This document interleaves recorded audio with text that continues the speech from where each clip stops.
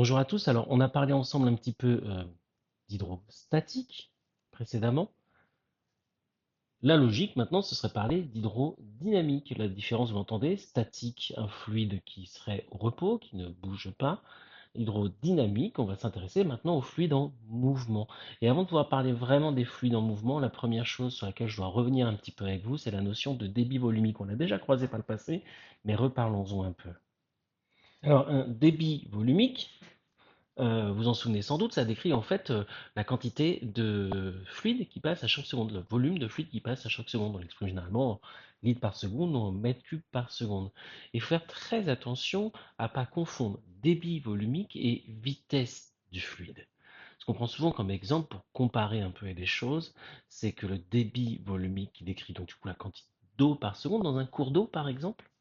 Bah, si vous réfléchissez un petit peu à deux cours d'eau différents que vous avez peut-être déjà croisés, la Marne, qui est près du lycée, la Marne, c'est plusieurs centaines, plusieurs milliers de litres à chaque seconde qui passent devant vous. C'est un débit impressionnant. Et pourtant, en termes de vitesse, la vitesse de l'eau dans la Marne, c'est pas grand-chose. Rappelons la vitesse que d'un fluide, ça décrit tout simplement la distance que parcourt une petite particule d'eau en une seconde. Et vous avez peut-être remarqué que si vous jetez par exemple une feuille d'arbre, que si vous jetez une feuille d'arbre à la surface de l'eau de la Marne, elle se déplace d'à peine quelques mètres par seconde. À l'opposé, essayez de réfléchir un petit peu à ce que vous verriez si vous étiez à côté d'un torrent de montagne. Torrent de montagne, c'est impressionnant. La vitesse de l'eau est importante. Jetez un petit bateau en papier ou une petite feuille d'eau à la surface de ce torrent de montagne et vous la verrez défiler devant vous à toute vitesse. Et pourtant, le débit, la quantité d'eau qui passe à chaque seconde dans un torrent de montagne est faible.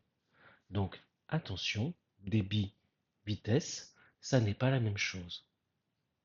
Bon, toutefois, vous en doutez sans doute, les deux peuvent être très naturellement corrélés. On va le comprendre un petit peu avec cette animation.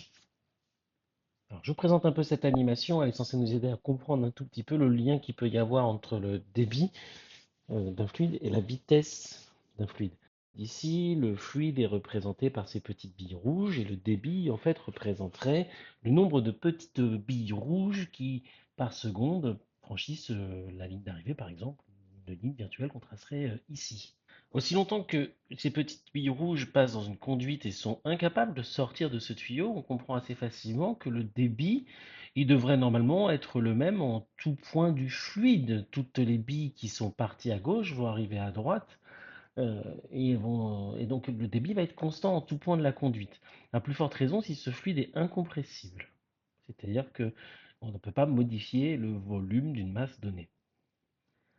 Bon, si ce que je viens de dire est vrai, alors logiquement, si à un endroit dans le fluide je crée un pincement, il faut toujours qu'il y ait le même nombre de billes qui passent à chaque seconde, mais la place pour passer est moindre.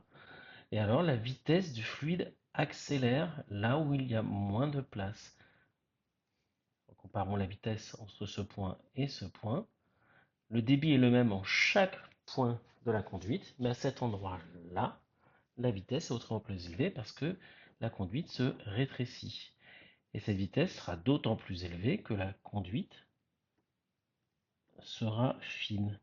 La logique sous-jacente, c'est que s'il y a moins d'espace disponible, moins de place pour laisser passer ces petites particules de fluide, et que pour autant il faut en faire passer le même nombre dans le même temps, eh bien, chaque particule de fluide doit passer d'autant plus vite que la place disponible, que la section disponible est faible. Alors, quel est ce lien entre débit et vitesse dont on vient de parler? Considérons un tuyau comme celui-ci par exemple, et puis on va essayer de trouver le lien entre la vitesse du fluide qui s'écoule dans ce tuyau et la section de ce tuyau. Alors, ce qu'on appelle la section, c'est la surface de ce disque-là qui vient de se colorier. Et le mot complet, ce serait la surface de la section transverse. C'est-à-dire qu'on coupe dans notre tête le tuyau et on mesure la surface de ce disque que je viens de colorier. Alors, le lien entre vitesse et surface de la section transverse, c'est tout simplement celui-ci. Ça traduit assez bien ce qu'on vient de voir. Plus la section transverse va être grande et moins la vitesse a besoin d'être élevée pour un débit donné, par exemple. Et inversement, plus la section est petite et plus la vitesse a besoin d'être élevée pour un débit donné. En termes d'unité, si la surface de la section transverse est en mètres carrés et la vitesse exprimée en mètres par seconde, eh ben, très naturellement, le débit sera du coup exprimé en mètres cubes par seconde. Et cette formule, il vous faut la connaître par cœur, bien sûr. Voilà ce qu'il y a à savoir sur le débit, la vitesse du fluide et le lien entre les deux. Cette formule elle est utile pour comprendre plusieurs phénomènes et pour traiter plusieurs sortes d'exercices qui tournent souvent autour de la même idée. Un rétrécissement de la conduite va entraîner une accélération du fluide. L'exemple que j'aime bien utiliser, qui est peut-être pas si connu que ça, mais regardez ce jet d'eau. Ce jet d'eau, c'est le jet d'eau de Genève. Il est très connu, ce jet d'eau de Genève, un peu comme serait connue la Tour Eiffel à Paris pour les gens qui connaissent Genève. C'est le monument de la ville. Et c'est un jet d'eau qui est propulsé à près de 100 mètres de hauteur. Ça paraît complètement fou. Pour obtenir ça, en fait, on pompe l'eau à travers une conduite qui est large. Et puis, à la sortie, le tuyau est resserré, pincé, pour que ce jet d'eau soit accéléré très fort et puisse aller ainsi très haut. On traitera en cours un exercice du coup d'application qui permet de trouver de combien on doit pincer ce tuyau si on veut avoir la vitesse nécessaire pour envoyer le jet d'eau assez haut. Ce que vous avez en photo en bas pour les curieux, c'est les pompes qui servent à alimenter ce jet d'eau.